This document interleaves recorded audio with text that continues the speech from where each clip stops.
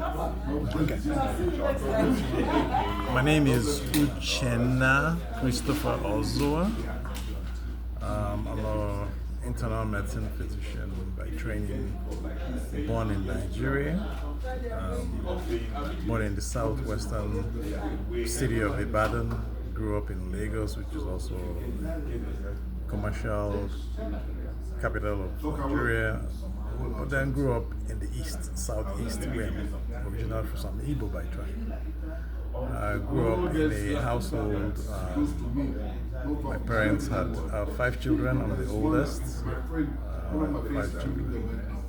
Grew up in a normal household. My dad was a civil servant. My mom a teacher. We were raised to be good children. People went to church regularly, but that's basically it in terms of Christian values were just based on the Catholic faith. We were raised Catholic. And so I did my early schooling in the southeast, went to college in the north, in Zaria, Ahmadu Bello University in Zaria, eventually settled down in Kaduna State. Well, all this while, just like every other young man, I lived my life. I love to have fun, and I had a great time. I started very early, hung with the big boys, did all the usual stuff. And then in my later years after graduation, about 6-7 years later, I ran into some young men, one of whom became a very good friend of mine. He was a young physician as well. Actually, he was still in training, but we were friends. And he would come around from time to time. And, one day he said to me, "Hey, there's something I want to say to you." And I said, "Go ahead." And he said, if I'm a mile away from you and I'm screaming, I'm talking, but you have no idea what I'm saying. I said, "Yes." Said, "If I'm about 100 meters from you and I'm screaming, I'm shouting. You can tell I'm shouting, but you still will not hear me." I said, "Yes." He said, "But if I'm standing right next to you, even if I whisper, you hear me." I said, "Yes." He said, "Well, that's exactly how God works. There's this thing I've been meaning to introduce to you. I go to a fellowship called the Full Gospel Businessmen's Fellowship International.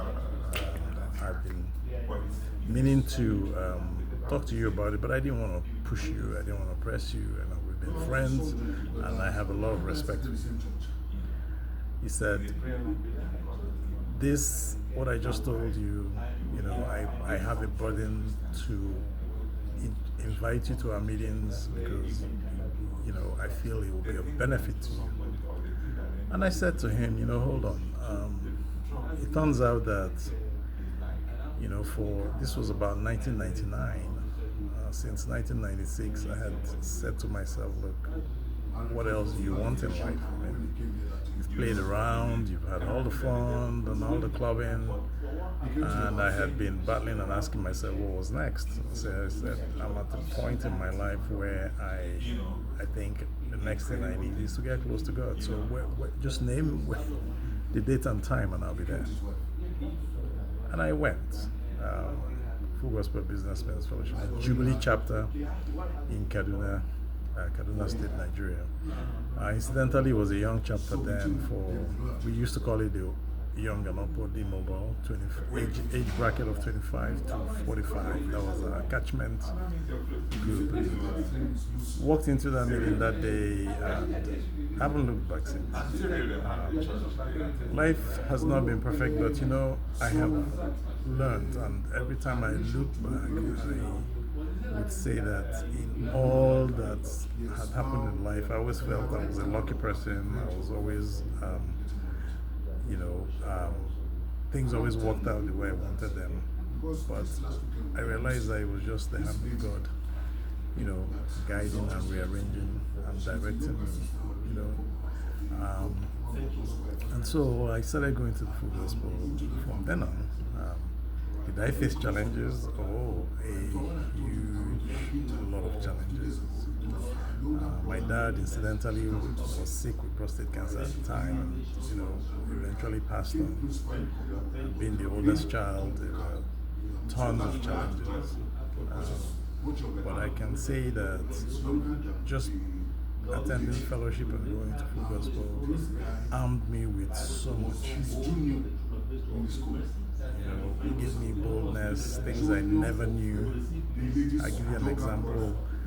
When my dad died, I was requested to do a lot of things, rituals, traditional rituals, which I refused to do because not because I knew better, but luckily I had just started learning, and I opened my Bible one day and ran into this word that said that, behold, the hand of the Lord is not shut that he cannot save, and his ears are not deaf that he cannot hear.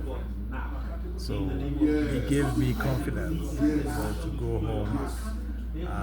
The other thing that happened was that during one of our meetings, I raised my concerns, and men gathered around and prayed with me. Said, look, the Bible says that you can neither be hot nor cold.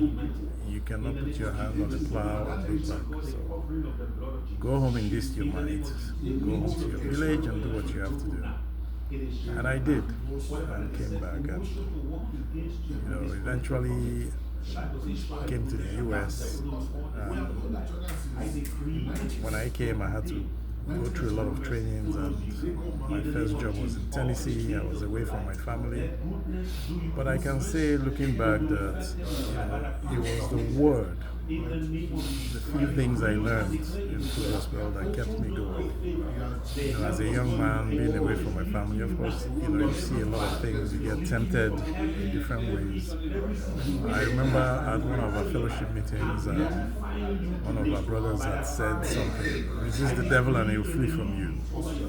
Whenever you go, wherever you find yourself, announce to people who you are, and let them know that you're born again, child of God, and they will recognize you and respect you.